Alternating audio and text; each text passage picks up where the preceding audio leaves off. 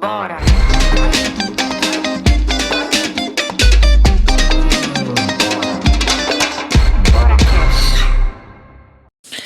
E aí, galera, a gente tá no ar aqui no BoraCast, na segunda temporada. Eu sou a Naya Camargo e esse é nosso videocast, um espaço livre, artístico, sem rótulos, sem filtro, sem censura. Ou sem censura não, sem censura. Um lugar de fala e de muita escuta, que é um braço do festival de música BoraFest.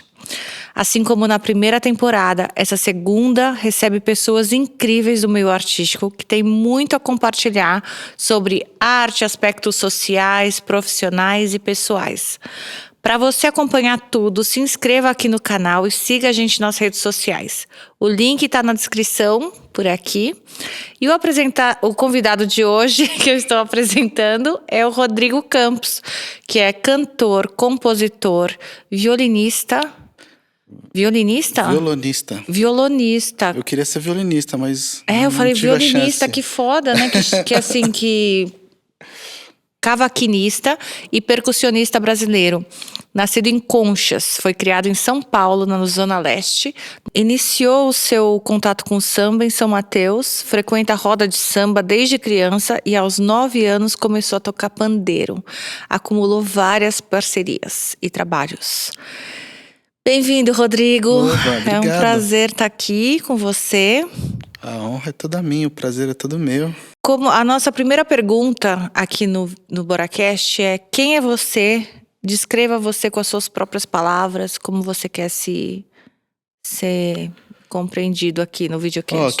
Quem sou eu? Eu não sei muito quem sou eu não, mas o que eu sei é que eu procuro ser um ser humano melhor a cada dia, procuro maneiras de me lapidar minha alma, e acho que me tornar músico foi uma maneira de ter essa oportunidade de me lapidar mais diariamente, né? Trabalhando com arte, com sensibilidade, com subjetividade, né? Então é um jeito que eu encontrei de me lapidar, me melhorar, de atingir algum autoconhecimento, né?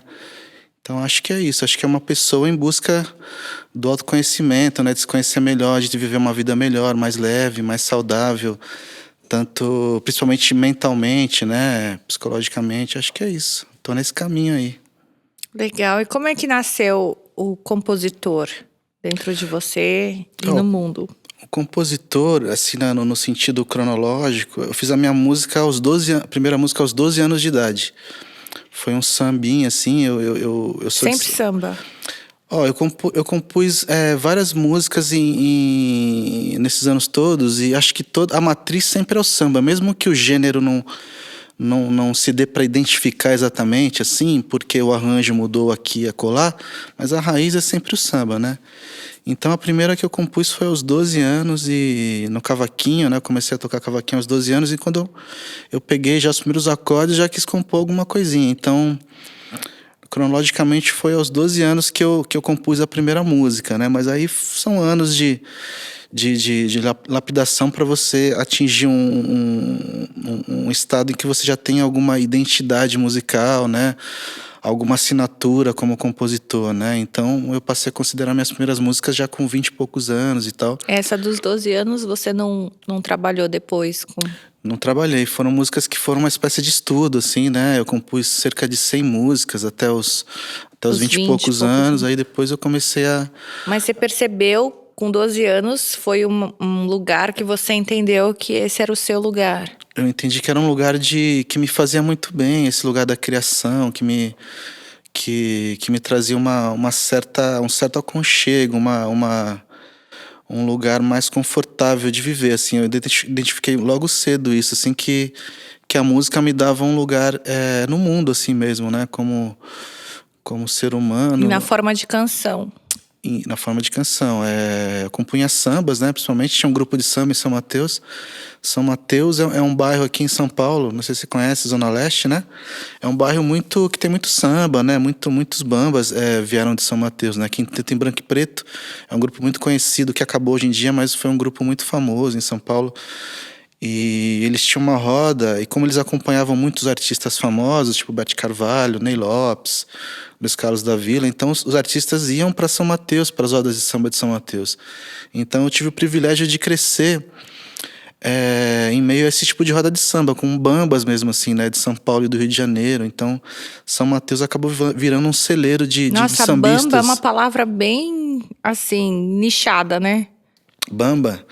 Bamba é um, como se fosse assim um sambista já escolado, assim, né? Um sambista que já tem estrada, é um bamba, né? Digamos assim, né? É uma palavra interessante, até um tênis também, né? Lembra? Eu lembro que eu andava de bamba com uma meia até aqui. Então, tinha o bamba na escola, no prézinho tinha o conga também, né? Sim. E o bamba, né? Mas o bamba era mais legal, né? Mais pop, Quem tinha o assim. bamba era mais era mais cool. Qual que foi seu primeiro instrumento? Foi o Então, eu cavaquinho? comecei tocando instrumentos de percussão, assim, com 8, 9 anos, até os 10, assim. Fiquei aprendendo todos os instrumentos de percussão. Então, eu tocava pandeiro e, como eu era muito pequenininho, eu apoiava o pandeiro aqui na coxa, né? Então, eu ficava tocando pandeiro aqui, ó, apoiadinha na coxa, né? Então, eu peguei todos os instrumentos de percussão. E aí, aos 12, meu pai me deu um cavaquinho. E eu comecei a estudar cavaquinho. Aí, fui pro cavaquinho, um pouco mais tarde, violão. Aí você estudou violão clássico, assim? Eu estudei um violão que chama violão popular, numa escola que chama Fundação das Artes, em São Caetano do Sul, que é uma escola maravilhosa, assim, de música, de teatro, de cinema. Não era um conservatório. Era uma espécie... Não sei se você lembra da ULM. Sim, é eu como estudei lá. Você estudou lá? Eu então, fiz a Fundação das Artes era um tipo de ULM, só que era em São Caetano, né? Não era em São Paulo, né? Como eu morava em São Mateus já faz divisa com o ABC, né? Então era mais fácil para eu ir para o ABC do que para o centro. Era mais perto ir para São Caetano do que eu ir para o centro de São Paulo. Então eu estudei em São Caetano, que é uma escola maravilhosa de estudar teoria musical, improvisação, violão popular. Então foi ali minha formação teórica ali, mas a minha formação prática foi nas rodas de samba. Eu considero as rodas de samba de São Mateus como o meu professor, Tua escola. minha escola, Como é que foi trabalhar com a Elza Soares no projeto Mulher do Fim do Mundo e Castrupe, né? Castrupe, Então, a Elza Soares foi uma surpresa, assim, maravilhosa na minha vida, né? A gente tem um grupo chamado Passo Torto, que sou eu, Kiko Dinucci, Rômulo Frois e Marcelo Cabral. Nesse trabalho, a gente desenvolveu uma estética ali de guitarras com baixo, né, e sem bateria, né? Essa estética, ela acabou chamando a atenção do Castrupe, né? E ele achou que se juntasse o Passo Torto com a Elza Soares, podia dar um lance legal, né? Então, ele teve essa ideia de trazer a gente para acompanhar a Elza nesse disco A Mulher do Fim do Mundo, né? Trazendo essa estética que a gente criou no grupo, junto com a bateria dele, né? Então, a gente compôs para ela as músicas do disco, né? Todas? A gente compôs todas, todos nós, né? Eu compus duas, o Kiko compôs duas. Que legal! Gente, tô mais emocionada agora. Foi o primeiro disco de inéditas da carreira dela, você acredita? Olha Ela nunca tinha gravado um disco de músicas de inéditas. Mas é isso, a gente compôs, produziu o disco junto com o Castrupe, a gente assinou como coprodutor do disco, né? E tivemos, né, essa dádiva de conviver com a Elza, né? Que é uma das maiores artistas da música brasileira, né? Considerada a voz do século, né? Essas coisas todas, né? E um ser humano, né? Muito lindo, né? Muito, muito tranquila, aconchegante, canceriana.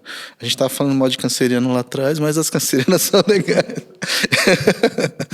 Mas ela tá na divisa ali também do câncer com o leão ali. Tem uma canceriana mais leonina já também. Você que é capricorniana deve gostar das cancerianas, não gosta? Amo, meu oposto complementar, né? Isso. Meu avô era câncer e era, nossa, o amor da minha vida, assim.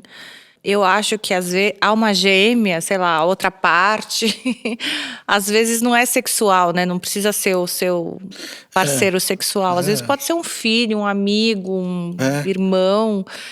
E muitas vezes o meu avô, ele tinha essa coisa assim, de falar assim, cara, ele entendeu esse olhar, sabe? O câncer com Capricórnio é muito bonito. Assim. Esses signos opostos, né, são complementares, né? Eles estão o eixo tem o mesmo nome, né?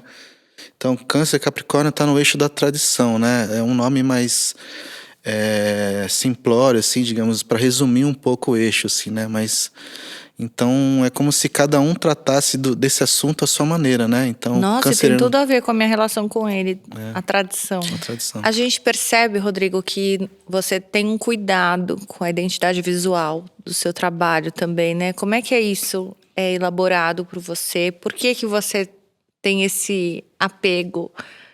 Então, eu sou uma pessoa muito ligada em cinema, assim, sabe? Então, acho que muito da minha arte, assim, da minha música e da minha visão de mundo e visão estética vem do cinema, assim, né? Inclusive, eu consigo perceber estética mais no cinema do que em outras coisas, assim. Por exemplo, que eu vejo uma cena com uma fotografia tal e eu consigo perceber a estética e de repente fazer uma leitura dessa estética da imagem para uma leitura musical, por exemplo, né? Então, na hora de fazer alguma coisa relacionada à imagem no trabalho, como uma capa de disco, uma foto, né? Então essas referências vêm todas à tona, né? Então, e a gente se cerca também de parceiros, né? Pessoas que também têm uma sensibilidade, né? Porque eu tenho a intuição, mas não tenho a técnica dessas questões visuais e tal, né? Então me cerco de pessoas talentosas, né? Como é o caso do Rodrigo Sommer, que é um cara que fez algumas das minhas capas, né? Fotógrafos talentosos, né? Como a Lui Martins, que fez o trabalho agora do Sambas do Absurdo, que é um projeto meu com a Jussara Marçal e o Guia Mabs. Então vamos nos cercando de pessoas talentosas para dar. Eu amo a Jussara Marçal, tá? Eu acompanho, assim, já vi algumas coisas dela. Nossa, Ela é incrível, né? ela é incrível. Ela é uma amigona. A gente tem já alguns trabalhos, assim, o Encarnado, o primeiro disco dela, que resvalou no disco da Elza Soares também, o Passo Torto, foi para Elza Soares, mas primeiro ele foi pro disco da Jussara, que chama Encarnado, né? O Encarnado também é uma espécie de apropriação da estética do Passo Torto para um disco também, né? Que tem eu, Kiko Dinucci, tal, nas guitarras, e o Thomas Horry na rabeca, né? O primeiro disco da Jussara. E esse disco novo dela também, o Delta Estácio Blues, também eu participei como compositor, compus acho que 2 músicas pro disco, uma coisa assim. Então, Você foi pra Bahia? Você foi muito pra Bahia? O disco Bahia Fantástica é fruto dessa experiência, da sua permanência lá um pouquinho? eu sou uma espécie de fabulador, assim, né? Acho que em arte tem a coisa da fabulação, né? Que você... É a capacidade de inventar, assim, né? A gente tenta ser um pouco documentarista, mas a partir dessa documentação, o interessante mesmo é você inventar e criar em cima, né? O São Mateus, que é o meu primeiro disco, é um disco muito de documentário, assim, que São Mateus é o bairro que eu me criei, né? Então, as personagens que estão no São Mateus são personagens reais. Eu falo, sei lá, tem uma música que chama Isaac, que é o meu pai. Uma música que chama Lúcia, que é a minha mãe. Aí tem música para meus irmãos, tem músicas para amigos que eu tive ali, que eu perdi e tal. Então as músicas falam um pouco dessas pessoas, desse período em São Mateus, nessa época que eu vim em São Mateus.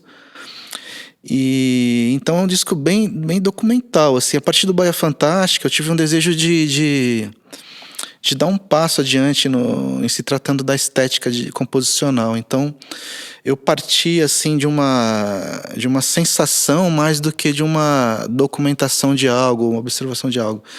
Então, a Bahia, a primeira vez que eu fui à Bahia foi o suficiente para fazer isso. Eu fui uma vez à Bahia naquela época, depois eu fui mais vezes, né? Mas na época do disco eu fui. Já foi tão intenso. Eu fui a primeira vez e já tive uma sensação muito forte. Então eu acho que essa sensação me mobilizou a escrever as músicas, né? Porque a Bahia ela tem uma espécie de mitologia no nosso imaginário, assim, né? A Bahia é o lugar do sincretismo, né?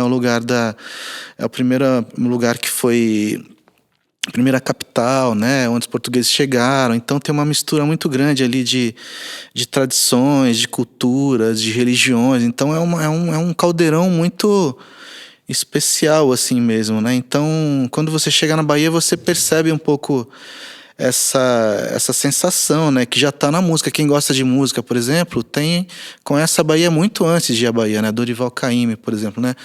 Quem gosta de Dorival Caymmi, né, tem uma sensação muito especial quando chega na Bahia. E Você acha que a Bahia é o berço do samba? Eu acho que a Bahia, acho que o samba o samba tem no Brasil inteiro, mas acho que a Bahia é um berço da cultura mesmo, assim, né? Brasileira, um dos berços, assim, né? Não só, né? Mas acho que é um berço que me cativa e me emociona bastante. Como que é a sua relação com o bairro de São Mateus ainda hoje em dia? Então, eu vivi em São Mateus por 20 anos. Eu nasci em Conchas, interior de São Paulo, e minha mãe conseguiu um emprego para dar aula em São Mateus, né? Então a gente se mudou para São Mateus. E aí eu considero São Mateus a minha formação, assim, né? Como cidadão, como pensador, tudo vem a partir dali, como compositor, tudo vem a partir desse ponto da pessoa que nasceu ou foi criada, no meu caso, na periferia de São Paulo, né? Então, hoje em dia, eu poderia dizer que eu sou um homem que tem essa referência. Minha bagagem é de um homem periférico. Então, tudo que eu estou olhando desse ponto de vista. Então, eu não tenho uma relação geográfica com o bairro hoje, mas a minha relação psicológica e enquanto ser político vem toda desse lugar, né, da periferia. Então eu tô sempre fazendo esse pêndulo, né, da vida que eu tenho hoje e da minha formação na periferia. Então eu acho que é bem importante, mesmo eu não tendo exatamente um cotidiano de ir para São Mateus mais. Eu tenho um irmão que mora em São Mateus ainda, mas meus pais se mudaram para Conchas e o meu outro irmão também foi para Conchas. Então eu acabo encontrando eles mais em Conchas, no interior de São Paulo, do que em São Mateus propriamente. Mas minha formação é São Mateus, então é como se eu não precisasse voltar para São Mateus. São Mateus já está aqui. Dentro de você. Você está trocando ideia com São Mateus já. Então. O que você está tocando hoje em dia? O que você está desenvolvendo? Hoje em dia eu tô com a roda de samba, o pagode do Rodrigueta ali na Pompeia. Que eu queria que você tocasse agora, então, alguma coisa pra gente. Ah, é? Agora? Já? Imediatamente? Já, nesse minuto, agora. Então vamos improvisar aqui, um cavaquinho. Será que tem um cavaquinho? Ah, cara, tem um cavaquinho aqui. Sacanagem, amigo. O que você quer ouvir? O que você tiver... ou o que você estiver fazendo nessa pesquisa tua atual, ou o que você quiser tocar, né? Eu vou tocar um samba que eu compus pro meu primeiro disco, que tem essa frase: São Mateus não é um lugar assim tão longe. Chama Rua 3, já que a gente falou de São Mateus.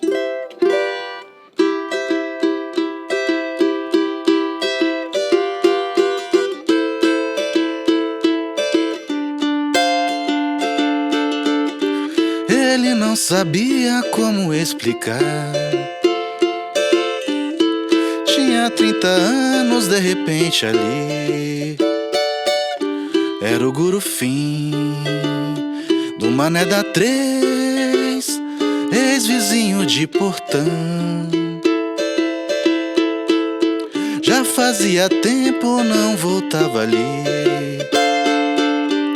Tinha 29 uma semana atrás. Quase era feliz, não como sonhou, e o Mané desencarnou. O Mané não era um amigo assim tão bom, mas era hora de voltar. São Mateus não era um lugar assim tão longe.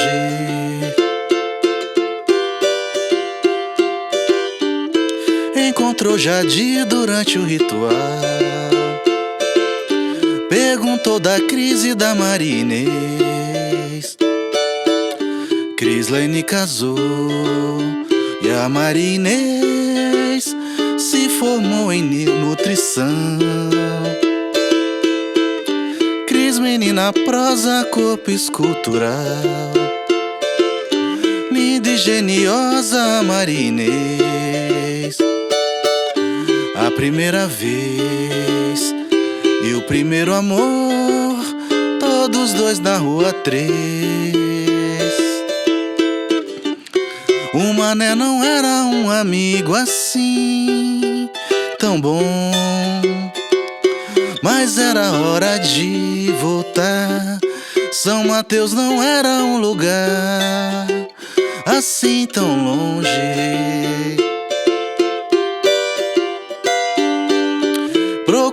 você se depois do funeral sua confidente no segundo grau, e ao anoitecer se emocionou com o luar da rua 3. Ele não sabia como explicar, tinha 30 anos de repente ou não. Ainda de manhã tinha 16, namorando a linda Inês. O mané não era um amigo assim tão bom, mas era hora de voltar. São Mateus não era um lugar assim tão longe.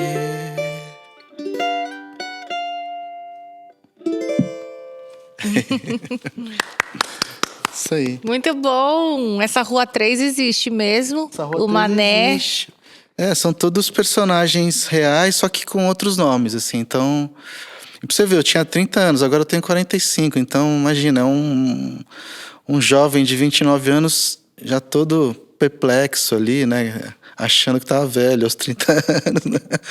Então, A gente tem dessas, tem né? dessas. Acho que a gente se sente mais velho novo, né? Depois mais velho a gente se sente mais jovem, engraçado. Então. Quando eu tinha 29 eu era um velhinho. Agora, Eu também. esse jovem lindo que vocês estão vendo aqui. Eu nasci velha e tô ficando cada vez mais nova, sabe? É engraçado isso. Mas eu acho que isso tem a ver com Capricórnio. Capricórnio nasce velho, é verdade. Já é um... E aí vai ficando cada vez Benjamin mais... Button, né? Sabe aquele filme? Aham. Ai, credo. Não, mas é o contrário, então, né? Porque ele... Ah, não. Ele nasce velho, Ele né? nasce velho. Vai ficando novo até virar né? Some, assim, Neném. desaparece. Vira uma luzinha e vai embora. Os 2 últimos discos vieram com esse tema, Nove Sambas e Sambas do Absurdo. Que falam sobre o samba, né? Sim. O samba como lugar, como que ele bate em você? Então, ó, acho que a gente tá chegando no seguinte lugar. Eu vinha de 3 trabalhos que eles eram muito conceituais, assim, né? No tema e tal, muito... Eram discos obsessivos, assim, com lugares, assim, né? O primeiro disco, São Mateus, não é um lugar assim tão longe, falando do bairro de São Mateus, das pessoas que eu conheci ali em São Mateus, da minha época em São Mateus. Depois eu fui pro Bahia Fantástica, que eu peguei e usei a Bahia como uma espécie de metáfora de várias questões, por isso que é o Fantástica, né? Fantástico no sentido de realismo fantástico do Garcia Marques, né? Que é o realismo mágico, né? Então é uma Bahia mágica, é uma Bahia subjetiva, não é uma Bahia geográfica exatamente, mas estou dizendo de um lugar, né? Bahia. Aí o terceiro disco, Conversa com Toshiro. Todos os personagens têm nomes orientais, assim, Katsumi, Azai, o Takeshi, o Zu. Então os personagens transitam num universo um pouco mais distante da gente aqui, né, no Brasil, né? E aí, quando eu vou pro Nove Sambas e pro Sambas do Absurdo, eu de novo volto a habitar o samba como um lugar, aí que vamos chegar no que você falou, porque aí o samba de novo vem como gênero, né? Nesses 3 primeiros discos o samba tá lá como uma matéria-prima, assim, né? Ou seja, ele fornece toda a inspiração para tudo que acontece ali, mas mas não são discos de gênero de samba. Aí no Nove Sambas e Sambas do Absurdo eu volto a fazer disco de samba. E na realidade eu considero Nove Sambas o meu primeiro disco de samba mesmo mas o samba de gênero, o samba como gênero, são 9 sambas. E aí por isso que o nome é Nove Sambas, é tipo, são 9 sambas, não discuta como são 9 sambas. Você pode achar o que você quiser, mas são 9 sambas, entendeu? Tá. Ah, entendi. Porque na minha carreira as pessoas discutem muito, mas isso é samba, isso não é samba. Isso não é. Porque eu sou uma espécie de músico que trabalha com o samba como matriz, matéria-prima, mas sempre tentando cruzar as fronteiras de gênero e tal, misturar. Então, trazer ali um afoxé. Exatamente, trazer muitos elementos eletrônicos, né? Desde o primeiro disco. Bom, olha, essa mistura com a Elza, né? Foi super isso, né? Também, então acho que por isso que a Elza chamou a gente, porque tem essa vontade de pegar o samba e mexer com ele, né? Provocar, assim, né? E você foi muito criticado das pessoas que são mais tradicionais? Sim, assim? Acho que quando eu lancei meu primeiro disco, o São Mateus, algumas pessoas entendiam que era um disco de samba né? Só que os Aí sambistas... vira aquela filosofia de boteco. Isso não é samba, porque Só que os isso. sambistas mais tradicionais não entendiam como disco de samba. Então, eu fiquei nesse lugar, assim, que É eu... samba! Então, ficava um negócio assim. Então, quando eu fiz o Nove Sambas, aí acho que como eu vinha da trilogia dos lugares, eu acho que eu botei no release do disco Nove Sambas, que o Nove Sambas era o samba como lugar, sabe? Então teve São Mateus, teve Bahia, Japão, e os agora um outros? lugar é o samba, entendeu? Ai, que bonito. Então acho que desembocou no samba, né? Então eu saí do samba e voltei pro samba, entendeu? Só que agora como gênero, não mais como matéria-prima, né? Não como matriz de outras coisas. Você tem vários projetos colaborativos e também o seu trabalho solo, com a direção de Beto Vilares. O Beto Vilares foi o produtor do meu primeiro disco apenas. Sim. Mas dirigiu. Como que foi esse processo de trabalho e você retomar esse seu projeto? Não, é verdade. O Beto Vilares produziu uma música do Nove Sambas também. Acho que é isso que você quer falar. Como é que é? Não, Como é que foi esse processo com ele? Amiga, tô acabando com essa entrevista aqui, né, amiga? Não! Amigo, bate a sua caquete lá pra organizar essa bagunça aqui. Não precisa. É isso mesmo. Tá bom. Lembra que a gente falou, ó, sem censura, sem filtro. Do jeito que você é. Então vamos lá. O Beto Vilares foi uma figura muito importante no meu início ali. Ele produziu meu primeiro disco, São Mateus, não é um lugar assim tão longe. Desculpa, eu não tô piscando pra você. É que eu acho que, sabe quando o Círio... A lente? Eu uso lente. É o cílio postiço. Eu achei que tava rolando alguma coisa, amiga. Fiquei triste. Não, é que eu tô meio lacrimejando. Eu falei, nossa, mas eu seguro a onda, vamos lá. Tá bom, segura a onda, amiga. Eu vou segurar a minha também, tá? Tá bom. Mas o Beto Vilares foi essa figura importante no meu primeiro disco, né? Ele foi o produtor do São Mateus. E o Beto Vilares, ele na realidade, fala um pouco do Beto agora, já que você trouxe esse nome, né, pra conversa. O Beto Vilares... Engraçado pesquisa de entrevista, né, desse bate-papo, porque daí a gente traz coisas pra você que às vezes você tava lá na caixa preta. É legal, a gente revisa e pensa sobre as pessoas, lembra, né? Mas o Beto, ele é um produtor que ele teve um papel muito importante ali na música brasileira moderna, a música indie que as pessoas falam, a nova MPB, né? Então, me fala o que você acha da nova MPB. A nova MPB? Só me fala isso, assim, desculpa. Não, termina de falar, vai, eu sou rainha de interromper as pessoas. Alô em Gêmeos, não? Alô em Gêmeos, né, amiga? Mas eu acho que a dislexia, TDAH, tudo sabe? Junto, também né? tem isso. Mas usa a astrologia nessas horas, você joga pro Gêmeos ali. Tá. Mas o Beto, ele produziu o primeiro disco da Cel, né? Que é uma cantora muito importante nessa cena paulistana, né, e tal. E até brasileira hoje em dia, né? Então ele inaugurou uma espécie de estilo mesmo, assim, né? Que várias cantoras depois vieram, né? Nessa mesma...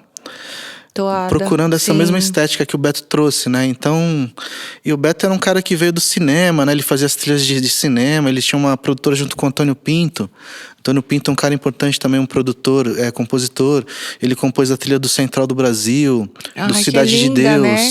E maravilhosa. Aquele piano, nossa... Maravilhoso. É icônico, né? Inclusive o Antônio tá no meu primeiro disco, São Mateus, também por causa do Beto também, que eles trabalhavam na mesma produtora ali, né?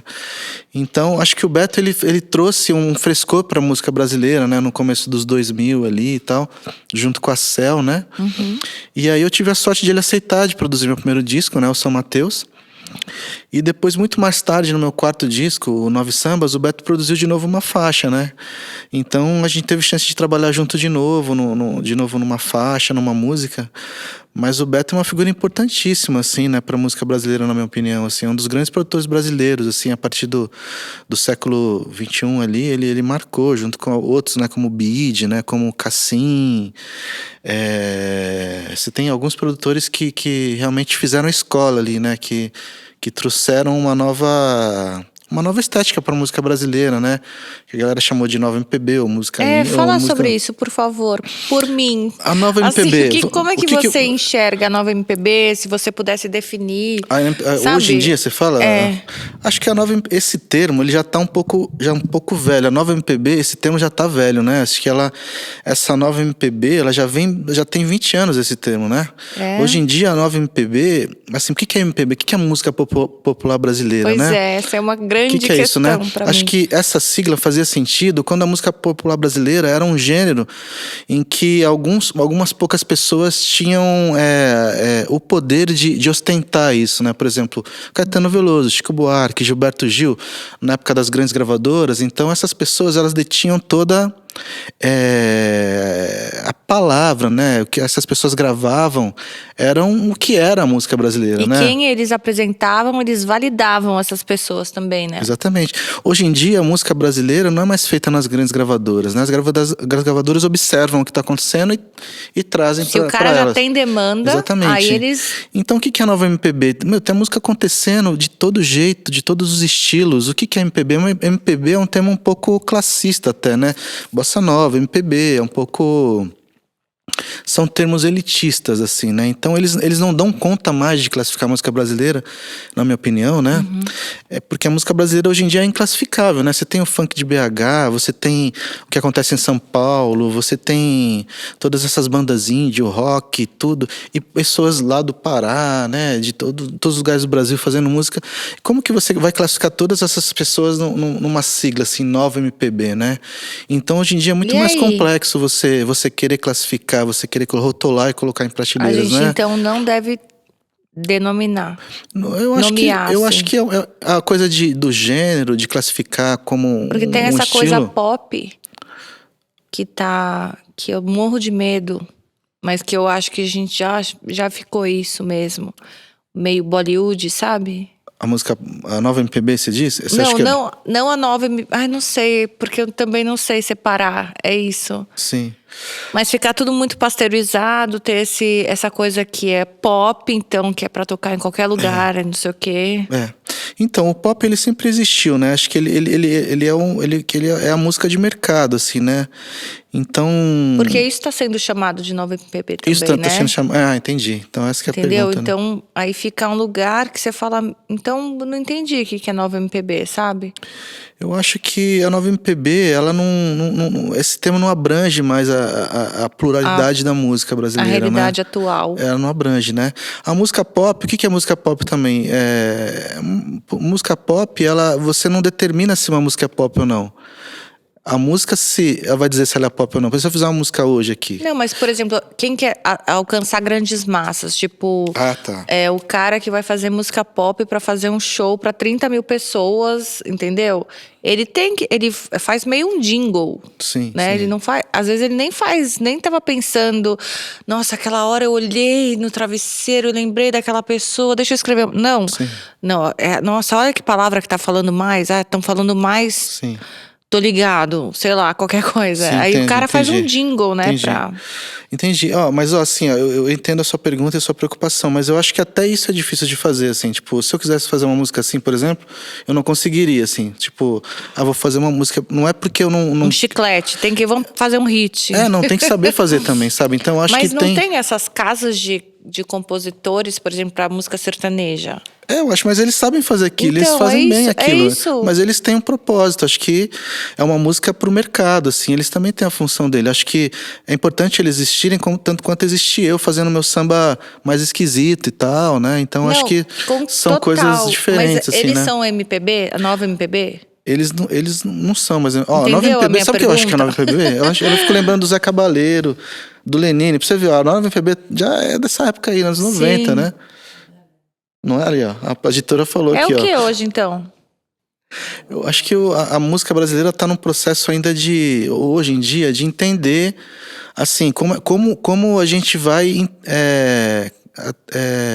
catalogar, não sei se a palavra é essa, catalogar, mas como a gente vai entender essa pluralidade. É porque difícil de entender. Porque eu vejo muito hoje porque o engajamento político e social, assim, sabe? Na música. Eu vejo... sei lá, eu pelo menos percebo isso, assim,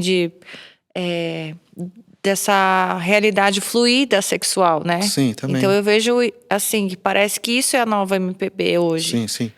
Entendi. Mas isso é uma crítica ou você só está constatando? Não, só tô conversando. Não tô criticando, não. Mas Eu só pode tô ter. tentando descobrir, sabe? Entendi. Até porque eu me sinto old date, assim, sabe? Sim.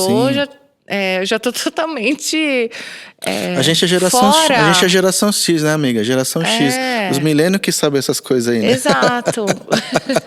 A gente faz o Bora Fest, por exemplo, e lá toca música que hoje é do mercado forte, né? E aí você fala, mas é a nova MPB, né? O que é? Eu queria tanto conseguir, sei lá, ter uma visão mais clara do que está acontecendo com a música. Sim, sim. Mas porque eu tenho medo desse lugar você tem de razão. pasteurizar tudo e de repente fica tudo pop. Eu acho, mas eu acho que o que pasteuriza mais é o termo do que o que está acontecendo de fato. Porque o que está acontecendo no Brasil é muito plural. Hoje em dia, um garoto pega o celular, baixa ali o GarageBand, ele grava um disco, entendeu? Sim. Então, o que está acontecendo é muito plural. Agora, quando você diz que tudo é nova MPB, isso é pasteurização. Porque aí o moleque que faz com o celular e o Zé Cabaleiro é a mesma coisa, mas não é a mesma coisa, né? Cada um tá fazendo um som de um ponto de vista diferente, né? O moleque tá fazendo de um ponto de vista completamente... Cada vez menos a gente precisa estudar, assim, pra fazer música, né?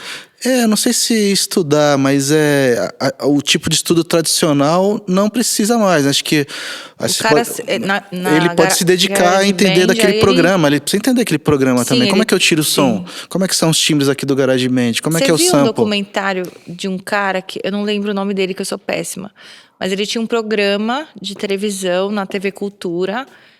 Ele é um jornalista que era músico e tal, e aí virou só apresentador. E aí ele foi pra Irlanda recentemente pra entender como é que se faz música hoje.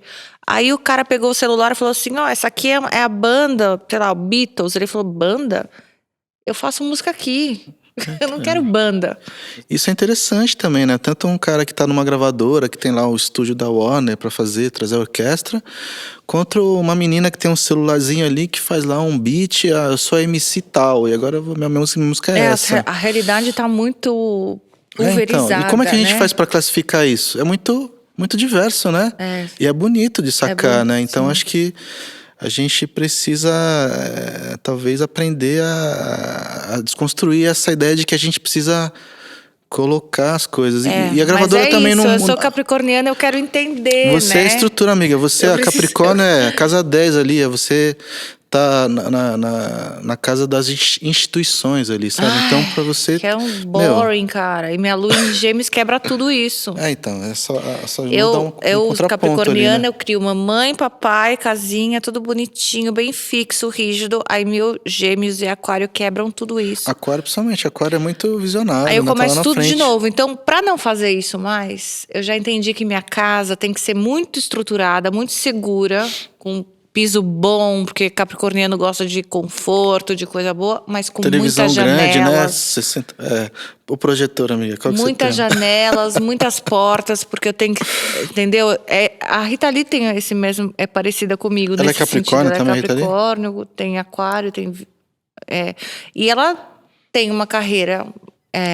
estruturada, ali, né? mas também ela tá sempre descobrindo, porque senão fica também, né? É verdade, amiga. Tem razão. Você que é curioso, entendido, estudioso, o que você é da astrologia? Amiga, eu fiz um curso de astrologia com uma professora que chama Angélica Ferroni. Professora massa. E por acaso... eu vou te explorar agora. Eu tenho seu mapa no meu celular, não sei como, assim, mas tá aqui, ó. Eu vou te explorar. Vou até tirar o óculos aqui, ó. Você realmente, eu sou louca, já sei. Achei uma coisa interessante aqui já pra falar. Mas eu sou muito leal. Você é leal. Eu sou muito verdadeira. Eu não minto. Já tá mentindo, ó. Começou a mentir. Falou isso? Não, tô brincando. A mentira é falar que não mente. Essa que foi eu achei interessante o Um paradoxo ali só. Porque, tá. Fala que não mente. Já é uma mentira. Tô brincando. Ó, aqui você tem uma coisa legal aqui, ó, de falar assim, porque a gente tá falando do Capricórnio, né? Capricórnio é um signo de terra, né? Ele é o regente da casa 10. A casa 10 é a casa da profissão, da carreira, do status, né? Das estruturas, das instituições, sabe? Tudo que... Se eu não estiver produzindo, eu me sinto uma bosta. Então, você gosta do trabalho, Eu não né? consigo assim, Capricórnio vamos ficar sem fazer nada? Tipo, vamos, mas então eu vou usar esse tempo que eu não estou fazendo nada pra fazer para alguma coisa. pensar numa coisa para fazer. Sim. Mas eu tenho uma notícia pra você que é o seguinte aqui, ó. O seu Capricórnio tá na casa 12. Seu Sol tá na casa 12. Que é a casa de peixes. Então, por isso que eu não posso tomar ayahuasca. É por isso. É? Não, é por Eu não isso, posso entre outras fazer. coisas. É assim. verdade, porque no peixes, né, é um lugar perigoso, né? Ó, você detectou algo interessante. Assim, ó, como você é uma E capricorniana. eu fui batizada na ayahuasca, sabia? Ah, é? Ela disse que eu fui lá, quer dizer, ela me levou lá e eu fiquei quietinha no ritual inteiro. E na hora de não sei o que, ela me deu uma gotinha, óbvio, né? Bebezinho, não? Bebezinha, recém-nascida, foi batizada assim. E aí eu chorei bem na hora certa da música, sabe assim? Ela totalmente iniciada espiritualmente, né? Então, E você pratica até hoje esse ritual? Como é não, que é? morro de medo, porque minha mãe trouxe uma xamã do Peru e fazia sessões em casa, né? Que ela tem um estúdio de dança. E aí era uma gritaria, um puta choro. Eu falei, meu, não quero tomar isso nem a pau, sabe? Fiquei morrendo de medo. Aí eu fui pra Chapada dos Veadeiros, num lugar lá, pra fazer essa iniciação. E eu achei muito machista. Eu achei o próprio lugar, a própria religião, assim, eu achei mulher não sei o quê, não sei o quê. Não. Eu falei, cara, mas não é maior do que isso, sabe? Não é mais, eu achei, né? Assim como a arte, tá? Porque se é uma eu fui pra religião, já é arte pra- achando que era uma coisa agregadora, que a gente faz porque a gente ama. E aí eu percebo segregação, ego, luz, essa coisa assim que fala, um matando o outro pra parecer mais, que é o oposto do propósito de De fazer arte, né? arte e religião, né? Sim, religião principalmente, né?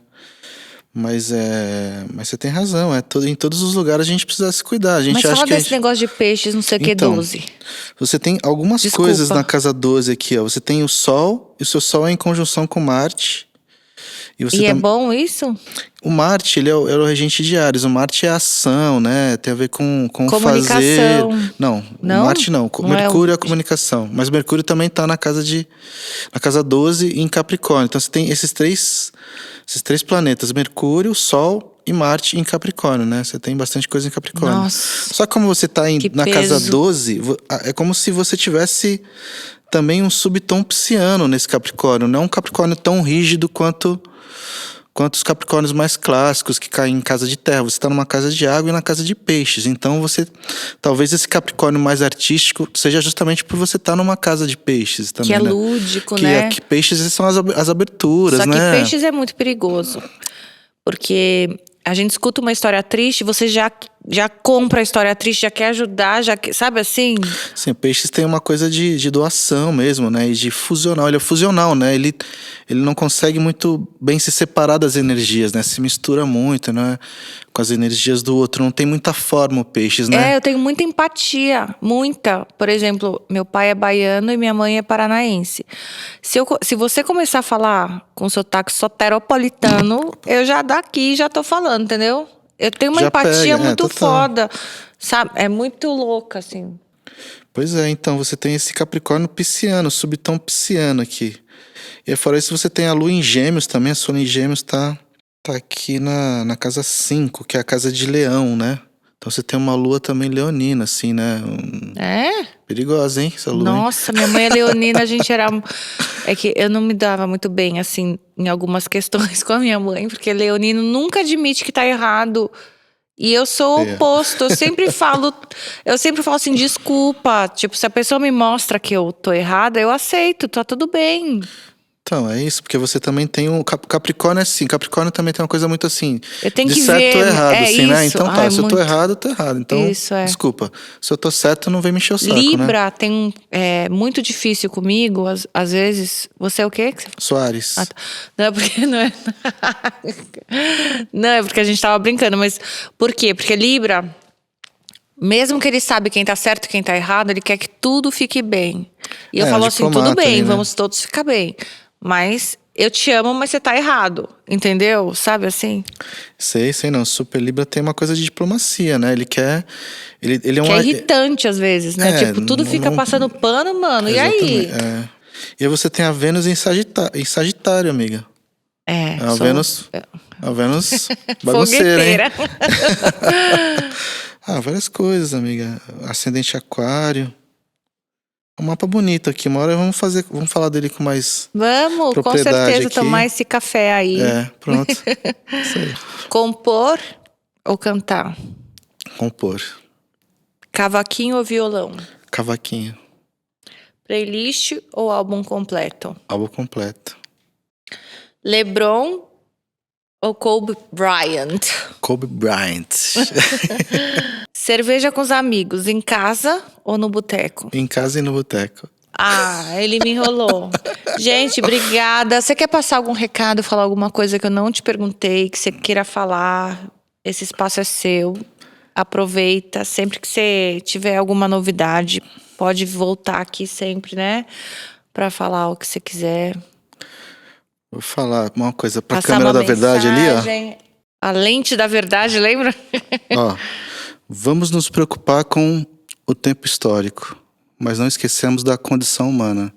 O tempo histórico é o que está rolando aqui hoje em dia, o nosso momento presente, que a gente tem que lutar politicamente, mas a condição humana é aquilo que faz a gente evoluir, lapidar a nossa alma e obter algum autoconhecimento. Então, eu sou adepto de explorar a condição humana. Vamos pensar. Condição. A condição humana, nossa característica existencial, explorar nossos vazios, nossas insatisfações. E a partir daí a gente pensar no nossa melhoria como sociedade também, sabe? Ou seja, se melhorar individualmente também, sabe? Antes de apontar o que precisa ser melhorado no outro. Legal. E onde é que a gente acha você? Passa seu serviço. Bar do Toninho ali, ó. Miranda Azevedo, né? 689, né? Vou estar lá com a diretora do programa aqui, a Beca. A partir de quinta-feira nós estamos lá todo dia, né, amiga? E seu Instagram? É Rodrigo Campos, underline, underline, underline, underline. Eu vi, é mesmo, gente. É sempre super assim. E seus trabalhos tem no Spotify e tudo? Spotify tem alguns Rodrigo discos lá. Eu Campos. tenho 4 discos solos, 2 compactos, alguns trabalhos com projetos como Passo Torto, Sambas do Absurdo. Aí tem trabalhos como produtor com Elza Soares, Tom Zé. Nossa, que pessoa, né? Coisas Soares, Tom Zé. Algumas pessoas. Coisas assim, tem simples, que lembrar, né? Obrigada, viu? Obrigado você, Nayá. Prazerzão ter você aqui. Prazer foi todo meu, viu? Volte sempre. E galera, até o próximo BoraCast. Bora!